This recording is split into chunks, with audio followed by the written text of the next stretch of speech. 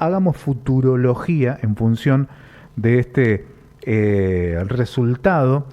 Yo digo, tenés un 13% de diferencial en contra en el mayor distrito, en el mayor distrito electoral del país. El 37% del electorado lo concentra el conurbano bonaerense, el 8% la provincia de Córdoba, el 7% Santa Fe, el 9% la provincia de Mendoza. Aún con estas tres provincias, todas votando 100% a Javier Milei, no llega a ganar octubre.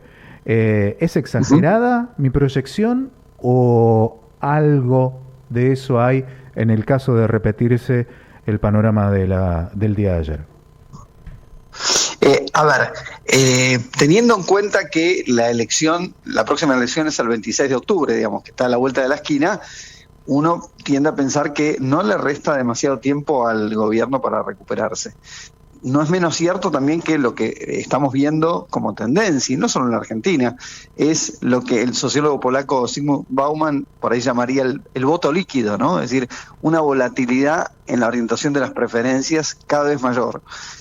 Con lo cual, bueno, nunca hay que descartar, y en ese sentido no lo subestimaría en absoluto, al presidente en cuanto a la capacidad de dar un golpe de timón.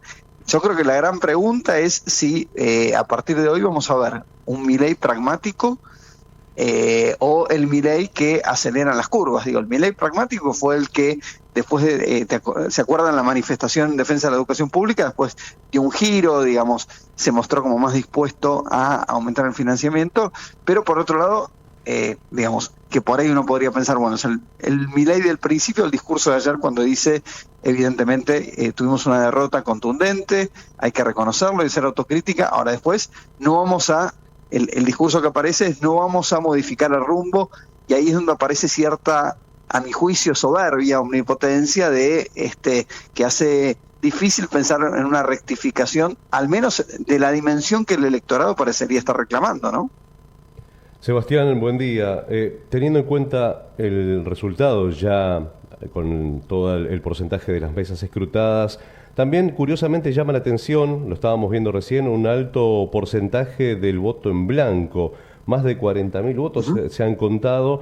Y teniendo en cuenta lo que vos decías de lo que dijo el propio presidente Milei, ayer una vez dado conocidos los datos como derrotado de su partido, ¿es como un baño de humildad el que tendría que hacerse de cara al futuro? Absolutamente, eso es lo que más se requiere, un baño de humildad y hacer mucha autocrítica porque, a ver, me parece que de lo que se trata es que acá hubo una derrota del gobierno.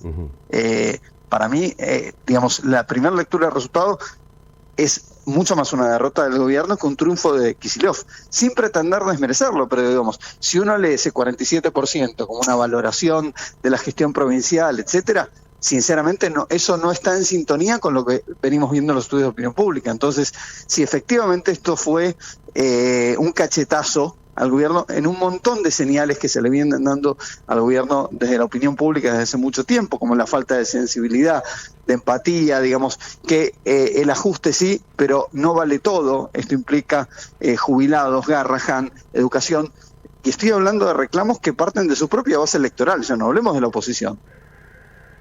Claro, en este caso hay que hilar fino en dónde hacer cambios. Por lo pronto, dice Milei o las personas allegadas al propio presidente que no habrán cambios, ni siquiera fusibles de gabinete, quiero decir, reemplazo de figuras y demás, no habrá ninguno de estos movimientos. ¿Alcanzaría con el reemplazo de algunas figuras? No, a mi juicio claramente no, si eso no va acompañado, como vos destacabas, de un cambio en el modelo del gobierno. Acá, por ejemplo, tengamos en cuenta que en los últimos tiempos cobró gran notoriedad la puja que había al interior, ya no solo del gobierno, sino del denominado Triángulo de Hierro, ¿no?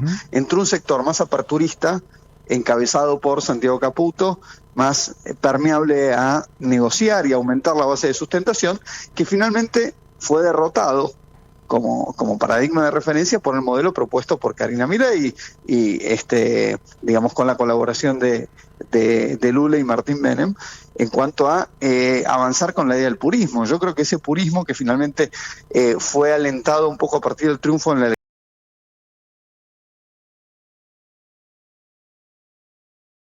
domingo anterior en Corrientes, donde La Libertad Avanza sacó el 4º lugar.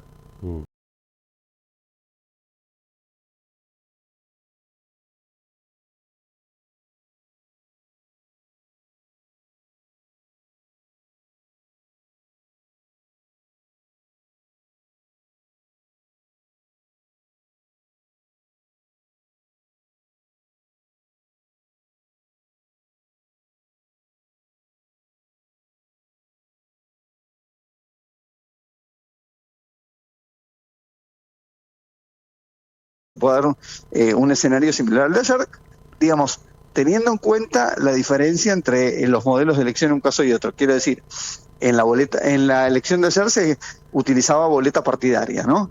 Que es mucho más permeable, a diferencia de la boleta única, que es la que se va a utilizar el 26 de octubre, al trabajo territorial, para decirlo de manera prolija, ¿no? Quiero decir, donde los intendentes claramente jugaron en estimular a que la gente vaya a votar, etcétera. Ahora bien, esos 14 puntos de diferencia no se pueden explicar solamente por eso. Claro. En consecuencia, si no hay una rectificación, me parece que es muy esperable que en octubre suceda un panorama de derrota para el gobierno, que por otra parte, insisto, va en consonancia con los registros que venimos teniendo en la performance del gobierno en las distintas elecciones.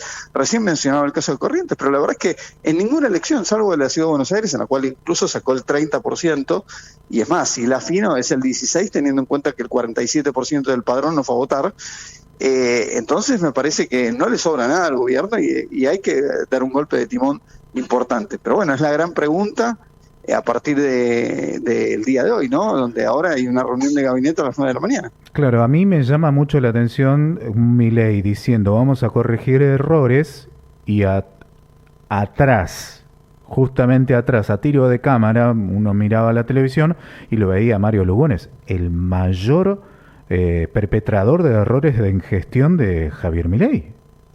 Por eso... Sí, por eso. Digo, tenés el Milei pragmático que, por ejemplo, le empoderó a Guillermo Francos el año pasado con la salida de Nicolás Pose, que era el referente, yo diría casi el único del ala política y más dialoguista del gobierno, pero por otro lado tenés un presidente que también dice yo acelero en las curvas, ¿no? Y que muchas veces parece preferir yo moriré con las botas puestas, pero siempre en la mía y no negociando. Entonces, si es así, que me parece que ese es el mensaje en el cual el electorado le dice así no, bueno, entonces no es de esperar que la performance se vaya a modificar en lo sucesivo, ¿no? ¿El electorado es esquizofrénico o está enojado? No, yo creo que el electorado está enojado y es pragmático, del mismo modo que, a mi juicio, digamos, el triunfo de Javier Milei en el balotaje 2023 no fue tanto por su performance, sino por darle un golpe a la dirigencia política en conjunto, ¿no? A todas las propuestas sobre las cuales hubo una expectativa de cambio que no se cumplieron. Y esto implica tanto al kirchnerismo, al gobierno de Macri, como a los últimos 20 años de gestión, en donde, digamos, a ver, hay un fracaso estrepitoso del famoso discurso de Alfonsín de con la democracia se come, se educa. Bueno, hasta ahora, claramente la dirigencia política está en deuda. Sebastián, también... Pero si Milei no lo resuelve, que es lo que aparece, digamos, la gente te dice, sí, nosotros valoramos la baja de la inflación, ahora a mí la guita me alcanza cada vez menos. Claro. Entonces, si eso no va acompañado de un beneficio de bolsillo, la gente la invitaron a cruzar el Rubicón. Ahora, la zanahoria empieza a tener nubes, ¿no? Que la opacan. Entonces, si la gente cae en las expectativas, que es el principal activo del gobierno, bueno, ¿de dónde se sustenta el apoyo? Bueno, creo que es lo que vimos ayer, ¿no? La caída del ingreso y este malestar social que se puede divisar es como que está generando cierta ansiedad, ¿no? Sobre todo para el gobierno, para saber...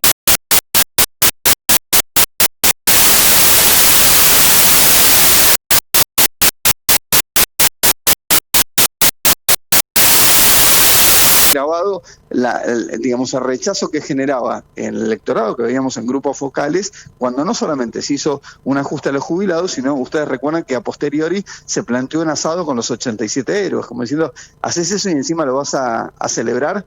es demasiado, digamos, ¿no? Estoy leyendo a un periodista, un analista político, y dice: el peronismo ganó en Junín, es la segunda vez desde el año 1973. Lo que pasó no se explica solo por el conurbano, es un fenómeno de toda la provincia. Absolutamente.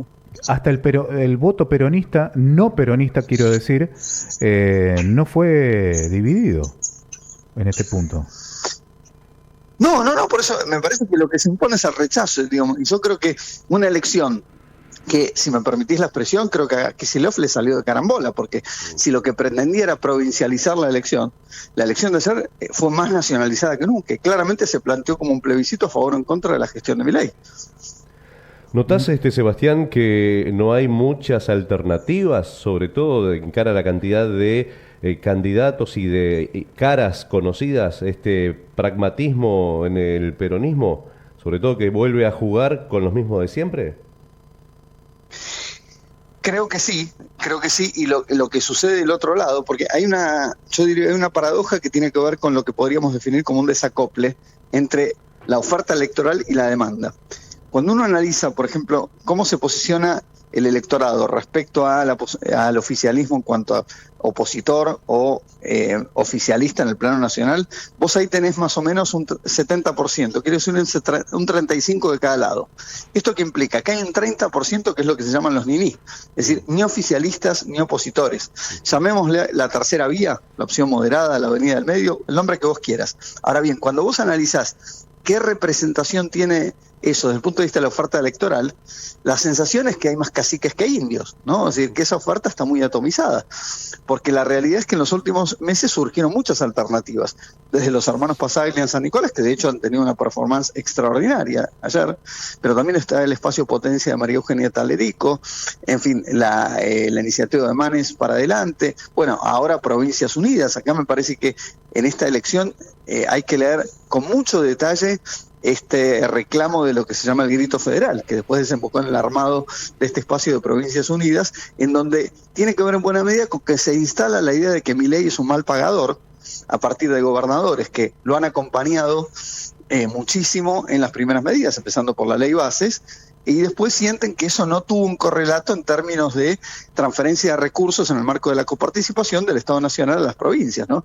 Y es lo que uno ve en distintos grupos focales en las provincias, donde hay un reclamo fuerte de el Estado presente, la parálisis de la obra pública, que eso implica menos empleo, implica, accidentes mortales de manera permanente, etcétera, ¿no?